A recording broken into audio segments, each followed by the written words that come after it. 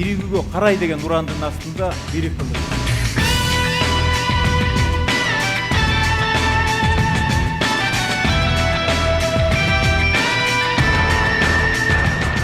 Акыл эсти жаңылоо, инновациялык, технологиялык умтулуу деп айтып атканыбыздын себеби бул билим берүү тармагына болгон реформабыз.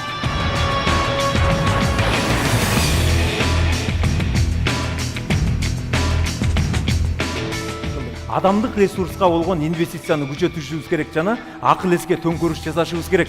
Биз азыр ошол босогодо турабыз.